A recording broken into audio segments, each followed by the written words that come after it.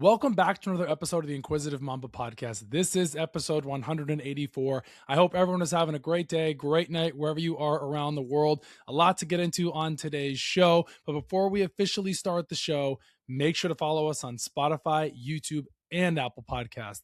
Little introduction I'll give you guys. Well, of course, we had Biebercella, Justin Bieber performing at Coachella, his first time in 4 years. We'll talk about a little bit about the WNBA draft, give you guys a brief highlight about that, of course, because that is tonight. The Mike Vrabel, Dianna Russini stuff, I'll give you guys my opinion about that. The Masters this past weekend, Rory McIlroy going back-to-back. The fourth ever golfer, I'm pretty sure, to win the Masters more than once with Jack Nicklaus, Rory McIlroy, Tiger Woods, and Nick Faldo, I'm pretty sure it was. I'm not a big golf guy, but I did see the headlines. I watched a little bit of the highlights. We'll talk about that as well. Denzel Aberdeen going back to Florida. That's another thing from leaving Kentucky.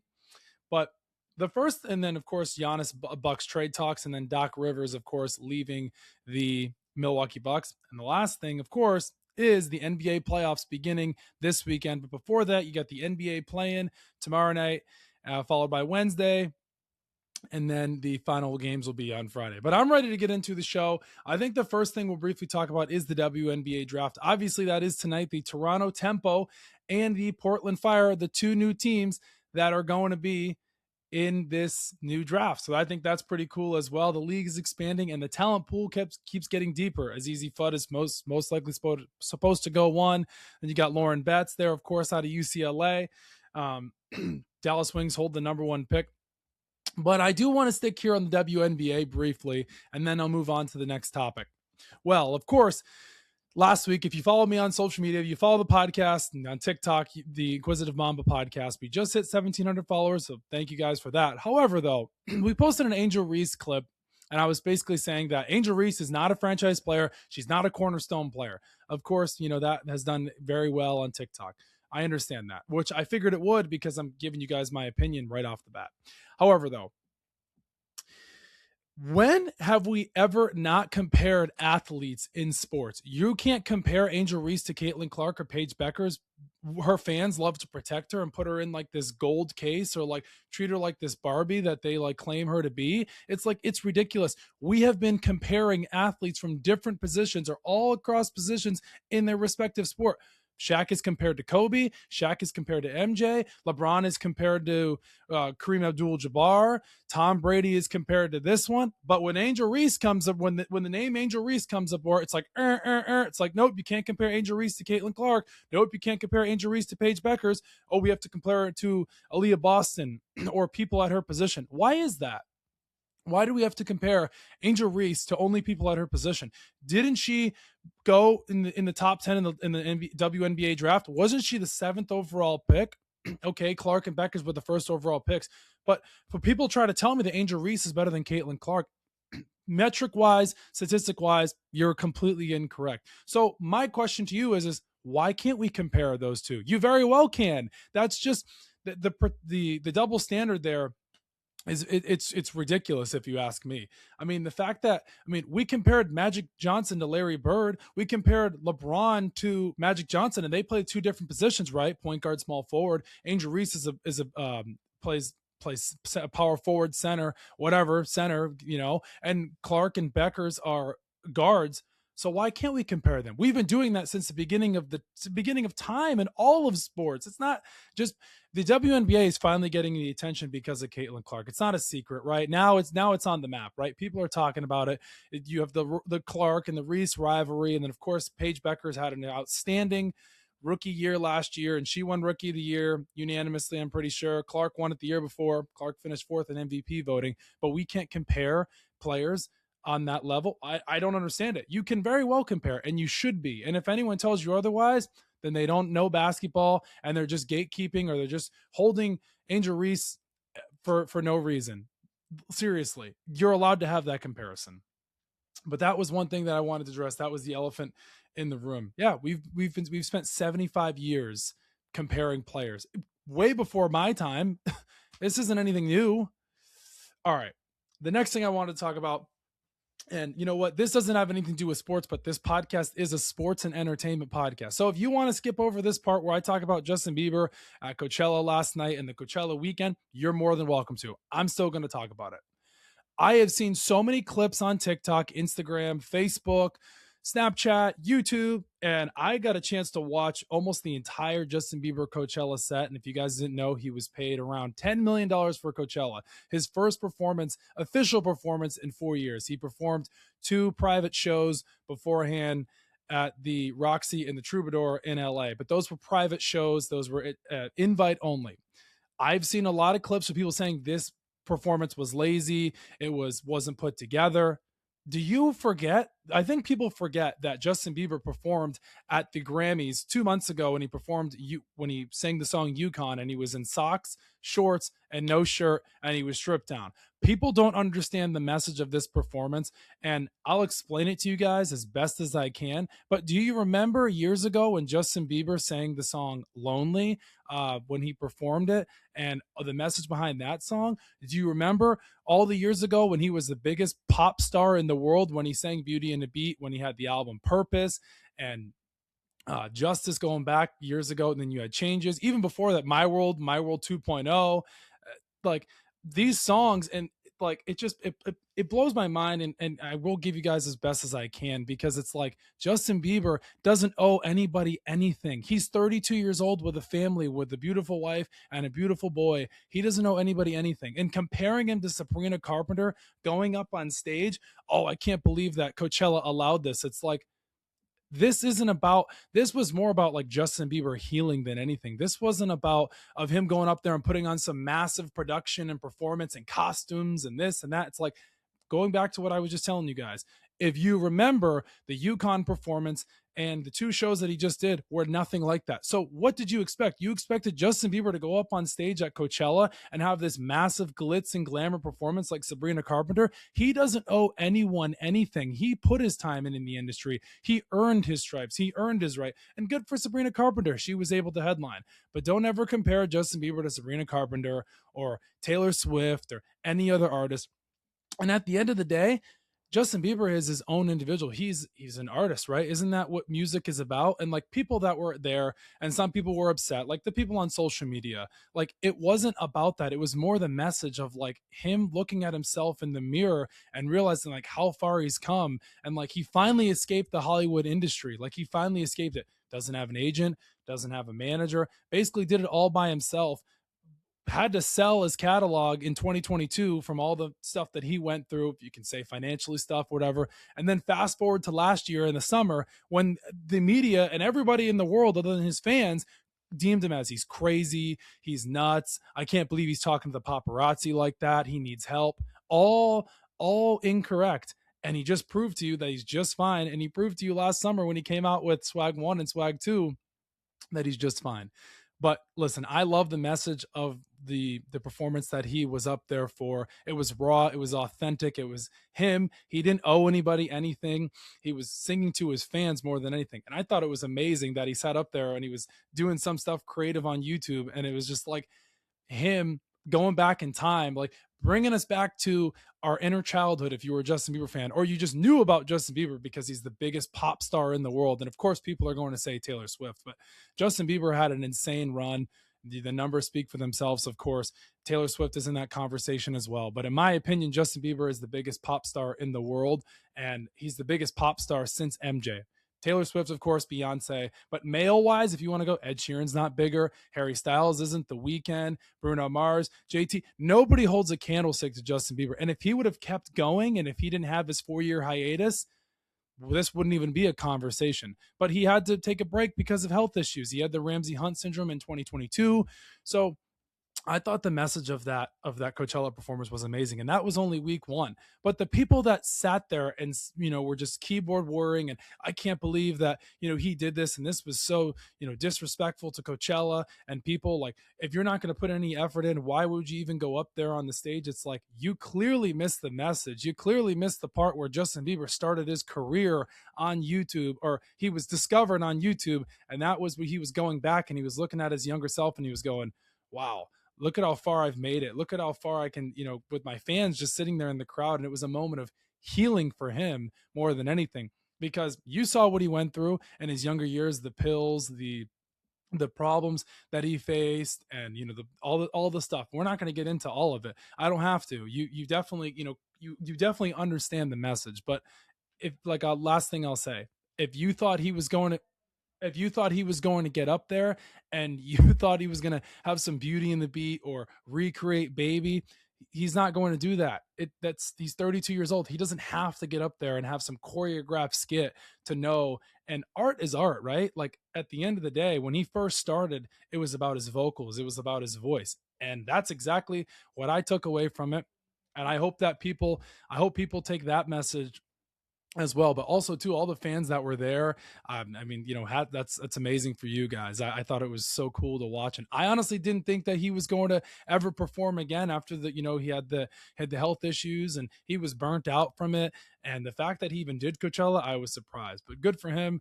I hope that he finds he continues to find his healing in this world. He's my favorite artist ever, up there, of course, with Michael Jackson. But I thought it was an amazing performance. I know people are going to take it so many different ways of he could have performed so much better and he could have done this and he could have done that. But last thing I'll say is, if you remember Swag 1 and Swag 2 that he dropped last year, those were nothing like those performances that he had before. And I thought it was great. I could sit here and talk about it all day long, but we've got to move on. 34 song set list he did.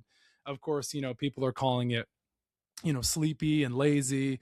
He just walked up there with shorts and a hoodie and a microphone and didn't have anything. It's like you completely missed the message. So, but yeah, I mean, you can say that Justin Bieber was the biggest pop star since Michael Jackson. I think he is. Now, of course, people are going to have their opinions about that, but the next thing I wanted to move on to is the Michael Jackson biopic that comes out next Friday. We're doing a little entertainment segment of the show because I think that, opening up with these two big things here, of course we opened up with the WNBA, but these two things here are just been really big as of late. You just had Coachella this past weekend, and now Michael Jackson's movie's coming out. His nephew, Jafar Jackson, is playing him in the movie next Friday. One of my friends actually got the chance to, or had the opportunity to go to the premiere in Belgium, which was really cool. I'm super excited to see this movie. But going back, just stepping aside from this movie for a second, I hope people, when they watch this movie, they realize how important of an impact or how big of a figure Michael Jackson was. And another thing too, I have this conversation with my friends all the time. Michael Jackson did this in a time where there was no social media. If you guys don't know this, Michael Jackson has the #1 most selling album of all time, and that is Thriller.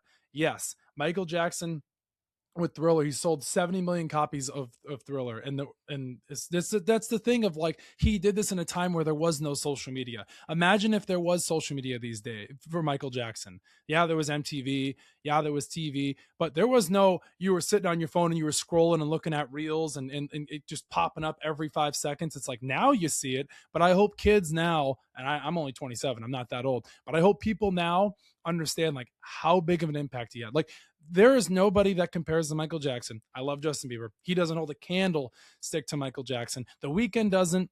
Harry Styles, Bruno Mars, Ed Sheeran, Taylor Swift, Beyonce, any of those artists now, no, not even close. Michael Jackson did stuff that people couldn't even dream about.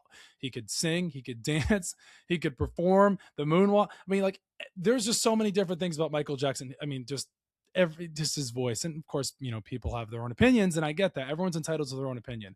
But just what Michael Jackson was able to do in a non-social media time, and now we're getting to see a biopic, and he's looking down and he's seeing his nephew play as him in a movie, and just like, man, it's amazing.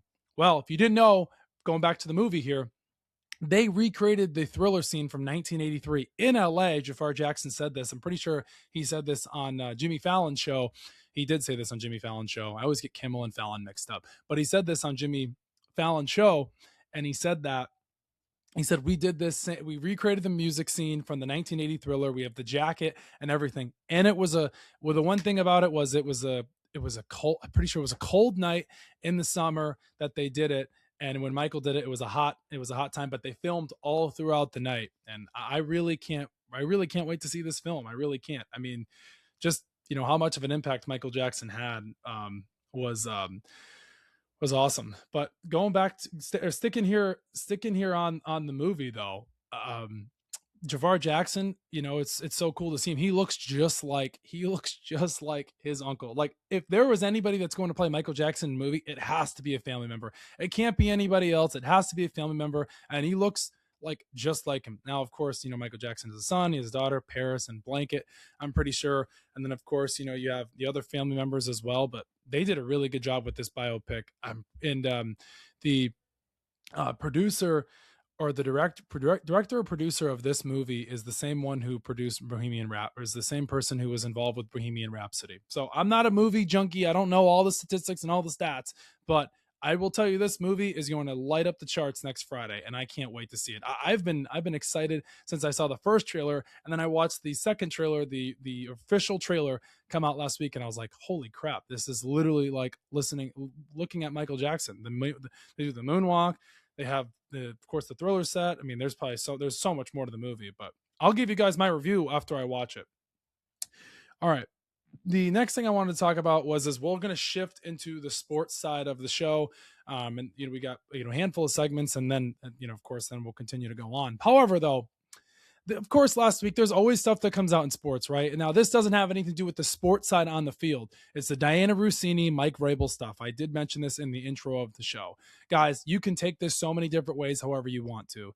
But we're going to go off of page 6 photos, or we're going to go off of photos that they were having an affair. There's no proof of that. Okay, they were taking pictures. They were pictured at the pool. Of course, according to Russini, there were 6 other people there. It was a conference or whatever. There was other people there. Then there's other photos as well. And then of course you have the situation, of course, when she was on ESPN and she was saying her husband was average and then she was partying in Miami. But like we don't know if any of it's true. And of course you have people out there that are saying Mike Vrabel should be fired, or he should be relieved of his duties, or he should be suspended. It's like, you're going off of pictures. They didn't commit any workplace policy. And of course, people are going to bring up the AJ Brown trade, and Dianna Russini is now under investigation, and she's lost all credibility for anyone. And people are always going to question her integrity now moving forward. It's like, give me a break. It's like, how many of these cases happen on a day-to-day basis?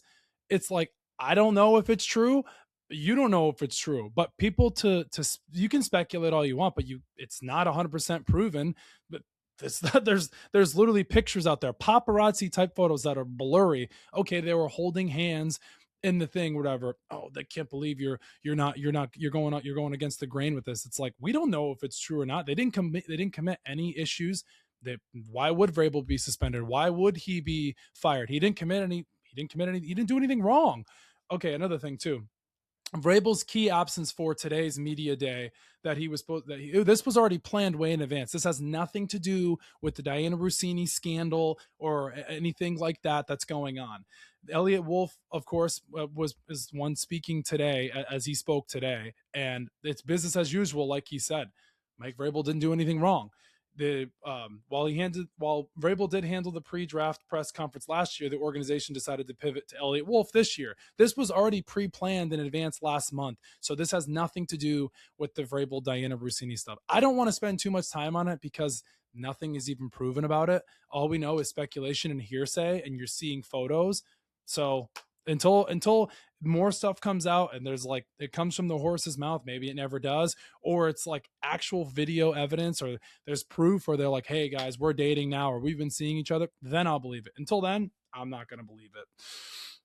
The next thing I wanted to talk about is the Milwaukee Bucks and Doc Rivers and the Giannis saga and this whole thing here. Well, the first thing I'll say is thank God the Bucks parted ways with Doc Rivers. That was a disaster from the start. And the second thing I'll say is I'll mention the Giannis part here, then I'll go back to the Doc Rivers thing. Giannis and the Bucks, it just needs to end. The marriage needs to be over. You won a championship there. You're arguably the best franchise player in franchise history, him and Kareem. You could probably say Giannis. However, though, it needs to end. It's ridiculous at this point. It's like, now you fired the coach with Doc Rivers. He might move into an advisory role. And, Giannis is, they've said that they said that Giannis was asked about an extension, and he said that the front office or anybody in the front office has no one's mentioned it to him. So it's like, just trade him in the offseason, move on, go into rebuild mode. You're most likely going to get a top 10 pick because you were one of the worst teams in the NBA. And if I'm a free agent, why the heck would I want to go to Milwaukee? It makes zero sense. And I don't think any free agent is going to want to go there. Now, the second thing I'll bring back up here, the Doc Rivers. What organization is going to want Doc Rivers? Oh, but Joey, he won a championship in 2008. Okay, that was 15 plus 8 is 23. That was 18 years ago. Coming up here, it was 18 years ago. It's 2026 now. Hello, he blew a 3-1 lead to the Clipper, or when he was the Clippers coach. He got fired from the Sixers. I understand he just made the Hall of Fame, but what team is going to want Doc Rivers? Can anyone tell me? Can anyone tell me what team is going to want Doc Rivers? Really? Okay, he goes to a lower team and he helps them rebuild. For what? To rebuild a culture? He's not bringing you a championship. The best thing Doc Rivers can do is go back to the booth or retire or go into the advisory role. He's made a ton of money. He's a Hall of Famer. Why continue to coach? Like, for what reason? It doesn't make any sense. I don't think a team is going to even I don't even think a team is going to reach for Doc Rivers at this point. It's like, I don't think he has a very big market. For what sense does it make? Maybe some team out there is dumb enough to do it, right? Or you go, well, Joey, he didn't get a fair enough shot in Milwaukee. It's like he had Giannis Antetokounmpo. Okay, but Giannis was hurt for 30-ish games this year, 35, whatever. The point is like, it was a disaster hire from the beginning.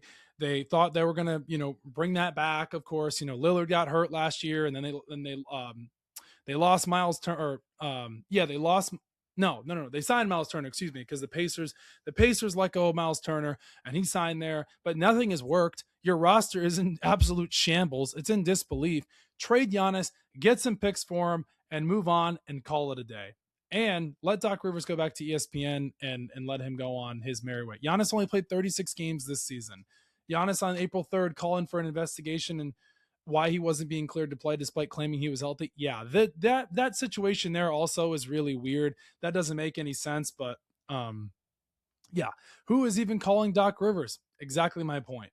All right, the next thing I wanted to talk about is briefly we'll talk about the NBA play-in games. You have the Hornets and the Miami Heat tomorrow. You have the Suns and the Blazers, and then the Clippers and the Warriors. Really, we're not going to be able to say much, of course, until the actual playoffs start, which start this weekend with the Cavs and the Raptors, the Timberwolves and the Nuggets, the Lakers and the Rockets.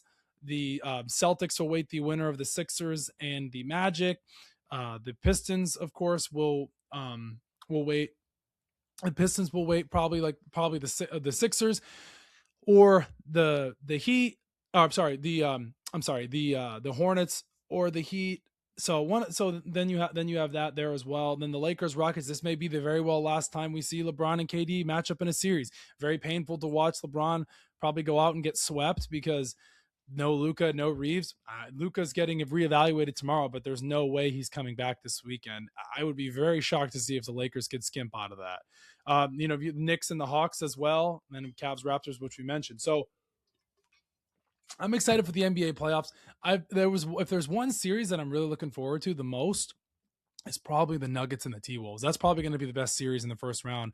Those two teams know each other so well. Ant Edwards, Nikola Jokic, super excited for that series there. Here's their Eastern Conference matchups. Detroit plays the winner of the 8th seed battle. The Pistons will play the winner of the final play-in game. The loser of the Sixers Magic versus the winner of the Hornets and the Heat. The Celtics will play the winner Sixers versus Magic. Then you go to the West, you got the Thunder. They'll face the winner of the 8th seed battle. The Suns or the Blazers. The Thunder will play the winner of the final West play-in game. The loser of the Suns and the Blazers versus the winner of the Clippers and the Warriors. So, I mean, the Thunder are probably going to sweep either one of those teams. The Pistons will probably win in 5. So, and then of course you have the Spurs. They'll play the winner of the Suns or the Blazers. Game Tuesday night, and then the Wemby era has officially arrived in the playoffs. So we'll be looking forward to that. All right, guys, a podcast segment that we'll talk about that we normally don't talk about on the show. We really don't talk about golf. We really don't. We talked about Tiger Woods, his off the field stuff or off the course stuff. Sorry, to be proper with golf, off the course stuff, guys. Rory McIlroy won the Masters back to back. Now, there's a couple things that I'm going to talk about in this here. Golf for me is extremely boring. I know it's a lazy take or it's a boring thing to say. I've never really got into golf. I took lessons when I was younger. It didn't really excite me. I think it's an awesome game if you love it, but it's very boring to watch on TV. I know people say there's like that, there's that feel to it where it's like golf is special. It's been around for so long at the Masters and this and that. But Rory McIlroy, yes, I was right in the pre-show. He's the fourth player in history to win back-to-back, Jack Nicklaus, Faldo, and Tiger Woods. Of course, the drama behind it is he blew his record 6-shot lead over the weekend. Scheffler and Rose were close. Scheffler was right behind him. It took him 17 years, the full circle moment, for his first green jacket last year. Then you fast forward to this year, and it only took him a year. Back-to-back, and he's no longer chasing history. He is history. Okay, aside from that, though. Rory McIlroy didn't do anything wrong. People were upset because he was golfing at the Masters, or he was prepping beforehand, and he didn't participate in some tournaments. And if I mess up any of this, I'm sorry, but I think you get the point. Rory McIlroy didn't do anything wrong. People are calling his Masters win with it's an asterisk because he was practicing leading up to the Masters. He didn't do anything wrong. He took advantage of it. He didn't break the rules. That is literally like how people were complaining about Michigan winning the tournament in college basketball with NIL, or it's the exact same thing. Or certain schools are paying players this amount of money, or they bought that roster. Or the Dodgers, for example, the Dodgers bought their roster to win a World Series last year. Or the Dodgers bought another roster to win another World Series this year, and three-peat, the first time since the Yankees did in the early 2000s. In the early 2000s. Right. My point is Rory McIlroy didn't do anything wrong. He didn't break any rules. And that's what bothers me. That's what bothers me the most about this whole thing here with Rory. Rory's a lot about his home field advantage at Augusta. He revealed in his post-run interview that he spent more time at the course in the offseason than any other pro, utilizing a new members-only access. Yes, he gets the new members-only access because he won a green jacket last year. That's not his fault. That's the Augusta Masters rules. He's not breaking any rules. So people sitting out there crying and upset that Rory's Masters is an asterisk because he won the tournament and other players didn't get that advantage. It's Rory's fault that he won the tournament last year. It's Rory's fault that he's competing in it again. It's his fault that he knows the course better than anyone else. Scheffler could have done the same thing. He won the tournament, but he's won the tournament before. So this is such a dumb thing to say. Guys, I love the drama side of golf. You're not going to get... If I really wanted to, I could sit there and I could watch all 18 holes, right? Everyone loves the Sunday because it's the last day of the Masters. But for me, I don't really find it enjoying. I'd rather play it. I'm not good at it. I can putt. I can hit the ball a little bit, but it's not for me. And I've known that. It's not something that I get excited about. I never have. There's other sports, but listen, I know the golfers' names because I keep up with them. I mean, their names are everywhere, and they're marketed everywhere, basically on Instagram and social media. And you see their name once. Golfers don't retire in 5 years. They're around forever. Tiger Woods has been golfing for longer than I've been alive, basically. Phil Mickelson's been around forever. So Rory's been around for a very long time. These golfers don't go away. It's just the nature of it. It's one of those sports where you can play a very long time. However, though, people are also pointing out that while Rory was dialed in, live golfers like Rahm, who shot a 78 with 0 birdies, looked completely out of touch with the course conditions. Rory's advantage wasn't just physical, it was psychological. He's cracked the code of Augusta's greens. Yeah, he has, because he almost blew it from how he played throughout the tournament. So, he blew a record 6-shot lead over the weekend, letting Scheffler and Rose get back into the mix. On Sunday, he pulled together with a clutch 71 to finish -12, beating Scheffler by a single stroke. Yeah, I mean, that's how good Scheffler is. But if Rory lost this Masters tournament, nobody would be having this conversation about, the advantage that he had. It's such a bunch of garbage.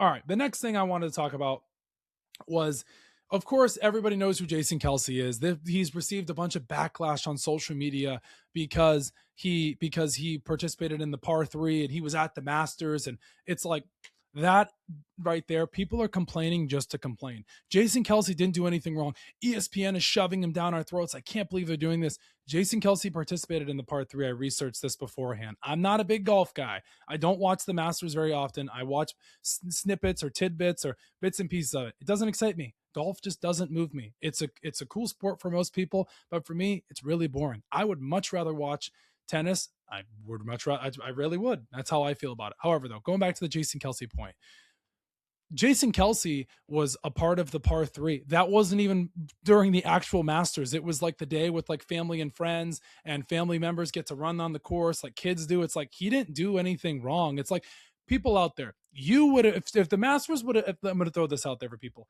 If the Masters were to ask you, hey, you're an influencer or you're a content creator or you're a big brand, we would love for you to be a part of the par three Masters. You would do it in a heartbeat. So you criticizing Jason Kelsey is so boring and so lame. I'm taking the complete different approach.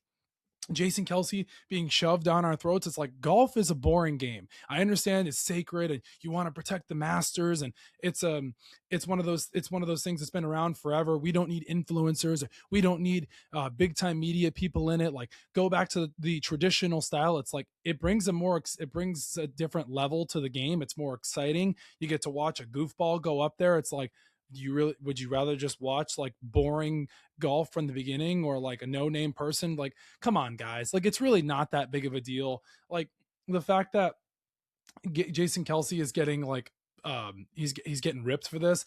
The growth of the game initiative hit a wall of fan art. People are just complaining to complain. He wasn't a part of any part of the actual Masters tournament. It wasn't during the weekend. He wasn't running out on the course. It was the par three where we're in caddy uniform, and he was the ESPN broadcast. He is employed by ESPN. ESPN's allowed to do this. They had the coverage of the Masters. What's the problem with it? You want some lame person going up there? Oh, they're shoving the Kelsey bros down our throat, or can't believe Kevin Hart was there. It's like, guys, it's an entertainment segment. It doesn't have anything to do with the actual game of golf. It's like nobody can go near the golf course. No, it's just like we have to all be quiet. It's like, come on, give me a break. It didn't happen during the actual part of the tournament. It has an exciting part of the game.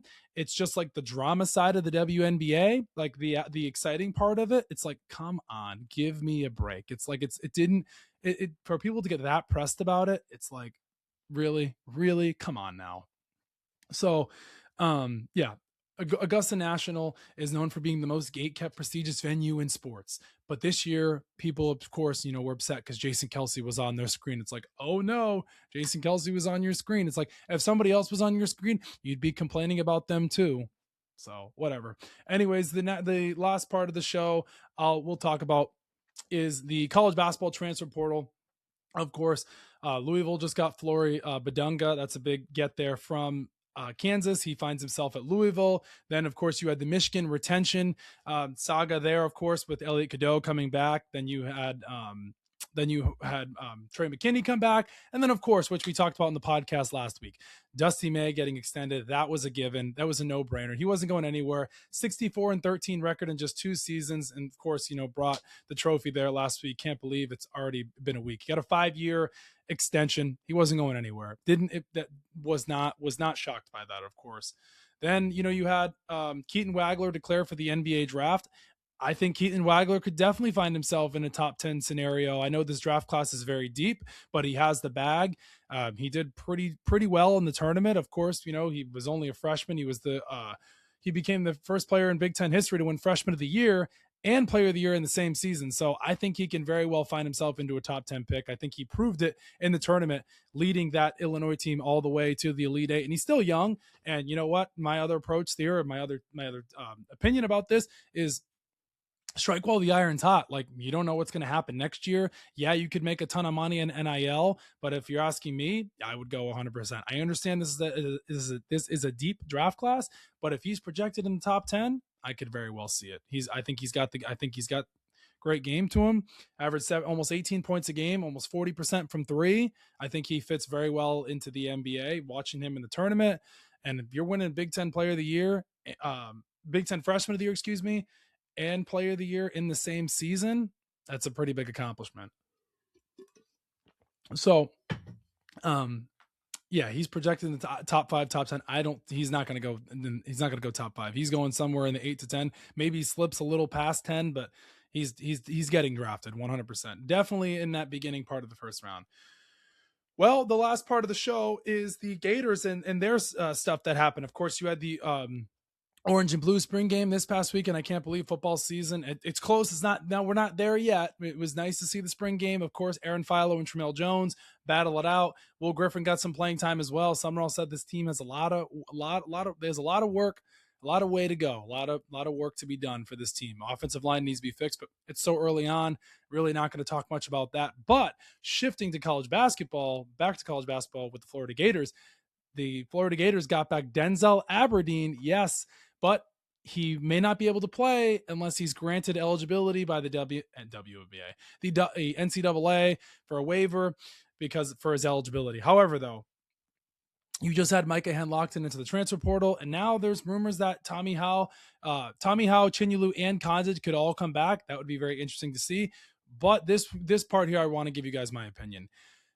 Denzel Aberdeen finally thought the grass was greener on the other side with Kentucky. Clearly that wasn't the case. I'm so glad that he came back to Florida. He's going to fit in much better there. Yeah, he had a good season for Kentucky, but he won a national championship for us, and I don't blame him. Why would you want to play for Kentucky? They've got the most money, or they just spent over $20 million on their roster, and they couldn't even get past Iowa State. They got blown out, and the fact that he's able to come back, I think just speaks that he's like, I think I could have more of an impact with Florida. I was shocked to see him come back. And the fact that he did come back, he's going to be joining Boogie Flan in the backcourt, he's going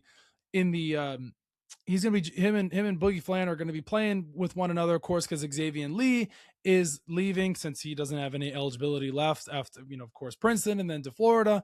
But good for Denzel Aberdeen for coming back to Florida. Thank God. He leaves Kentucky only a year. I honestly was shocked. I really was. NIL, though, it's a powerful tool. And the Gators said, hey, you want to come back? Lee is leaving, and he must have thought to himself, I'm going to fit in much better back here at Florida. I won a title here already. Maybe my draft stock goes up for the next year, and hopefully he does get that eligibility, but thank God he left Kentucky. I'm happy about that. That's for sure. Flandon, oh my goodness. Fland and Aberdeen for the backcourt. I love it, though. He averaged around 13.5 points per game, and he's proven that he's a bucket getter. I mean, we saw how valuable he was to the Gators in the tournament, but he was a massive piece. But I honestly still can't believe that he transferred from Kentucky. However, though, guys, on that note, that does it for us. I hope you guys enjoyed another episode of the Inquisitive Mamba Podcast, episode 184 in the books. We talked about the Justin Bieber Coachella stuff. We talked about the Michael Jackson biopic movie that's coming out. Then we shifted, of course, to the Mike Vrabel, Dianna Russini stuff. Then a little bit about the NBA play-in and the NBA playoffs. And we talked some college basketball. And on that note, guys, that does it for us. So as always, make sure to follow us on Spotify, YouTube, and Apple Podcasts. Make sure to leave us a review. Make sure to hit that subscribe button. And we'll see you guys next week.